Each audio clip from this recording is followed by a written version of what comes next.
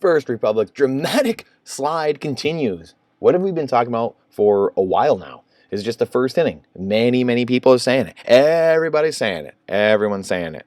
This is the first inning of a possibly extra innings game. Who knows? But this is the first inning. First Republic. We saw Silicon Valley Bank. We saw, Signature Bank? We saw these banks go down. We saw Credit Suisse. We've seen Deutsche Bank. This is a problem. And as Greg Foss says, this can happen 5,000 more times here in America. This Ponzi scheme, what banks are, it's. I find it funny that the banks are so regulated and they make known how regulated they are and how amazing they are. Yet the one thing they don't tell you, which is the only regulation it should have, ironically, is they should tell you what they do with your funds. They take your cash and they go lend it out. You are a private money lender. They don't tell you that, though. Or at least they don't make it known, right? It might be in the fine print somewhere, in the size 2 font in a 3,000-page thing. Good luck. Go find that. So, that's the beauty of this system, the hilarity in the system, that there's going to continue falling. The cockroaches, where there's one, there are many, and they will continue scurrying away from the light. Mark my words, this is going to continue the second day. I mean, again, you'll never believe what's happening, guys. You'll never believe what's happening. They're crashing. Again, the banks are crashing. You can't figure out what's going on with banks. You have no idea. You have zero clue what's happening with the banks, guys. But we know what's going on with Bitcoin every second of every day. Completely auditable. We know the issuance, the monetary policy, nothing. You can set your life to it. You can set your time to it. You can set your clock to it. It's pretty amazing. Every 10 minutes, tick-tock, next block. It's a timekeeping mechanism. Bitcoin is a container, a store of money, a store of economic time and energy for your wealth. It's the perfect money.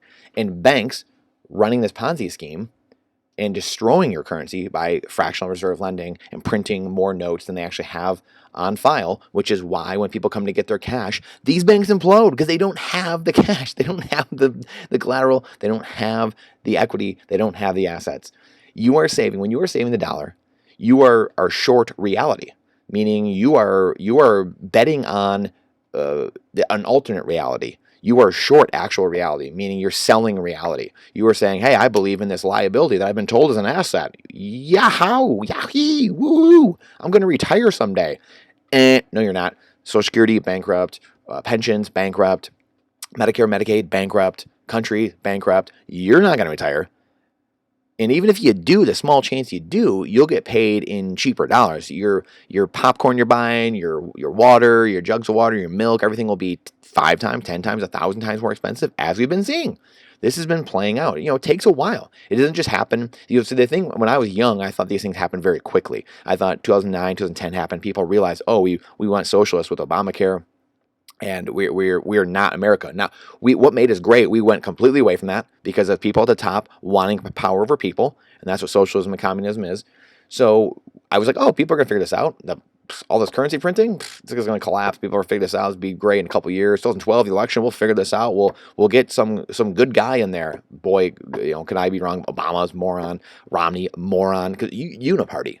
Total uniparty. They have their 2 people, and each choice is terrible. So politics wasn't the answer. I tried that for 15 years. That's not the answer. You need to fix the money. If you fix the money, the banking cartels knew this. The Rothschilds knew this. I don't care who makes the laws. If I control the money, I control the world. Period. End of story. There is nothing else to debate. There's nothing else to worry about. There's nothing else to talk about until that gets solved. Until we have the issuance of monetary supply back in the hands of the people through code. Now we have it through code, which is unbelievable with Bitcoin. Until you have that, won't matter. Literally won't matter. None of this will matter. And it's not gold and silver. Again, I've been down that road. It was a gold bug, was a silver bug. But it keeps getting centralized because it can't cross space easily. It has to get centralized in a honeypot, in a bank, in a safety deposit box, in a central bank, in a vault. Then you're done. So we have to fix this. How do we fix it? Absolute clown world. This is going to continue happening. This contagion will spread around because it's a Ponzi scheme. You can't taper a Ponzi, as Max Kaiser says. You can't taper the Ponzi. The stock is down more than 90% First Republic year to date. It's at an all-time low on Wednesday. I mean, look at this. This is the 3-month chart. This is unreal. Look at this. You got to laugh or else you'd cry. This week's drop for First Republic comes after the San Francisco-based lender late Monday. By the way, Quick side note. Did you see San Francisco, one of their targets? They boarded up everything they have in their store. So it's like clear plexiglass. What is it? Bulletproof glass so people can't steal anything on the shelves. I tweeted it out and I was like, wow, it's good to see South Sudan shaping up here. And I was like, oh, wait, that's California. I mean, guys, we live in a third world country. When do you realize you're the frog in the boiling pot? What else has to happen in your life to realize you are the frog in the boiling pot? What else? What else has to happen? Honest question. Like, what else has to happen for you to wake up and be like, gosh dang it, you know what? You're right. Like, I've been living in this alternate reality. I've been living in this fake life. Alvin Toffler said in his book, Future Shock, decades ago, the people that will be successful in the future are the ones that have to learn, unlearn, and then relearn. Period. Because we have been told something that is not true. Go read Bucky Fuller, one of Kiyosaki's greatest mentors. Buckminster Fuller, the Grunch of Giants. Gross universal cash heist. I mean, people knew it from every angle for a long time, but they were lauded as conspiracy theorists, and people were made fun of. It's just the people at the top are always going to play this game to try to take power over you, and the money is the best way to do that. We don't have money anymore. They broke the money, right? In 1971, the dollar ceased being money. It's probably one of the greatest lines by Robert Kiyosaki ever, and it makes you truly think of what's happening. I know it changed Mike Maloney's life. 1971, the dollar ceased being money. What does that mean? What does that mean? Well, they took gold and silver out of it. It's not backed by Bitcoin. It's not backed by energy. It's not backed by proof of work. It's not backed by nothing. It's just a dollar. It can be printed into oblivion. It can be printed up and typed into digits into a computer. It makes no sense.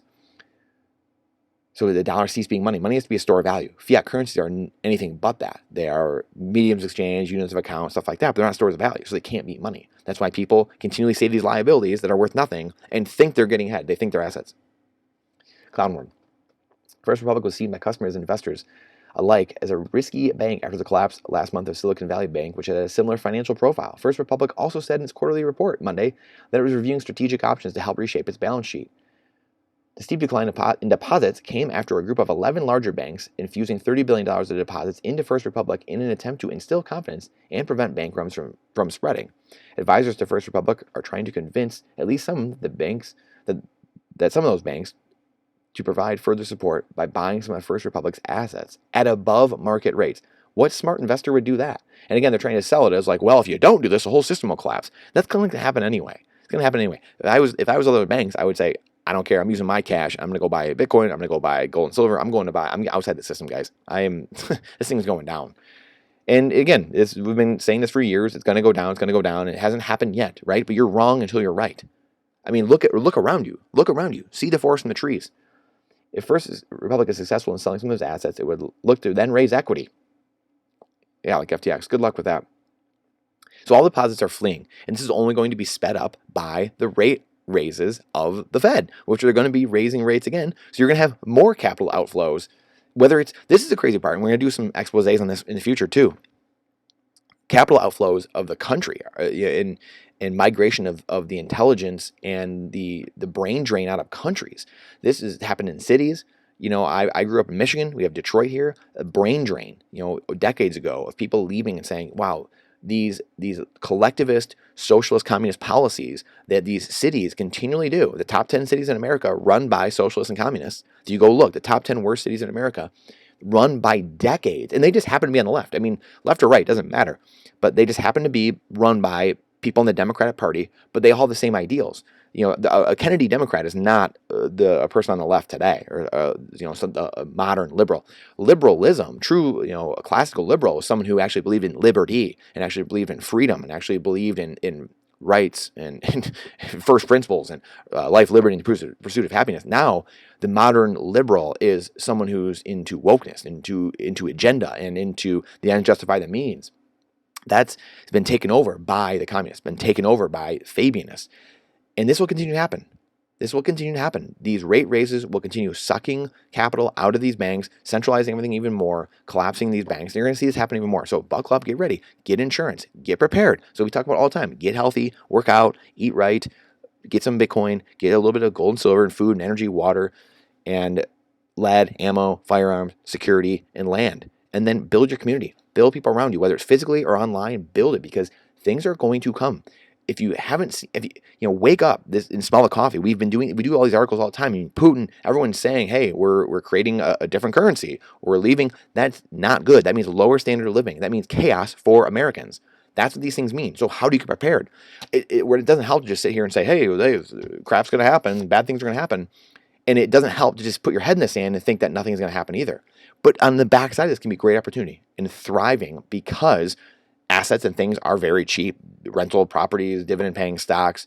Then you can take your insurance, your Bitcoin, gold, silver, things like that, your ammo, your firearms. You might be able to trade those things or lend against them, or and use that to buy cash flowing assets and live an incredible life.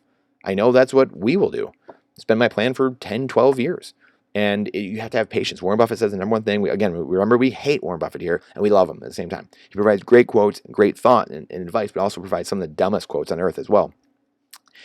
Intelligence really is, at the end of the day, being able to hold two opposing opinions in your head at the same time. And Nolan Bauer talks about this. Someone actually brought this up, and I asked Nolan about it. I was like, wow, I've always thought that in a way. I'm not an expert at it. I try to do it as much as I can. In some areas I'm really good at it. Some areas I'm bad.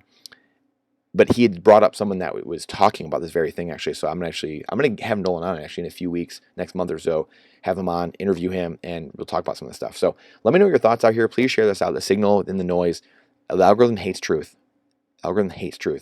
So please, the more we spread truth, the more life clears up for us, and the more merit wins, and the more that the good disinfects the darkness, and we have less chaos going forward. So this is not financial advice. It's freedom advice. I question everything is boldness, even the existence of God himself. I look forward to seeing you on the next one.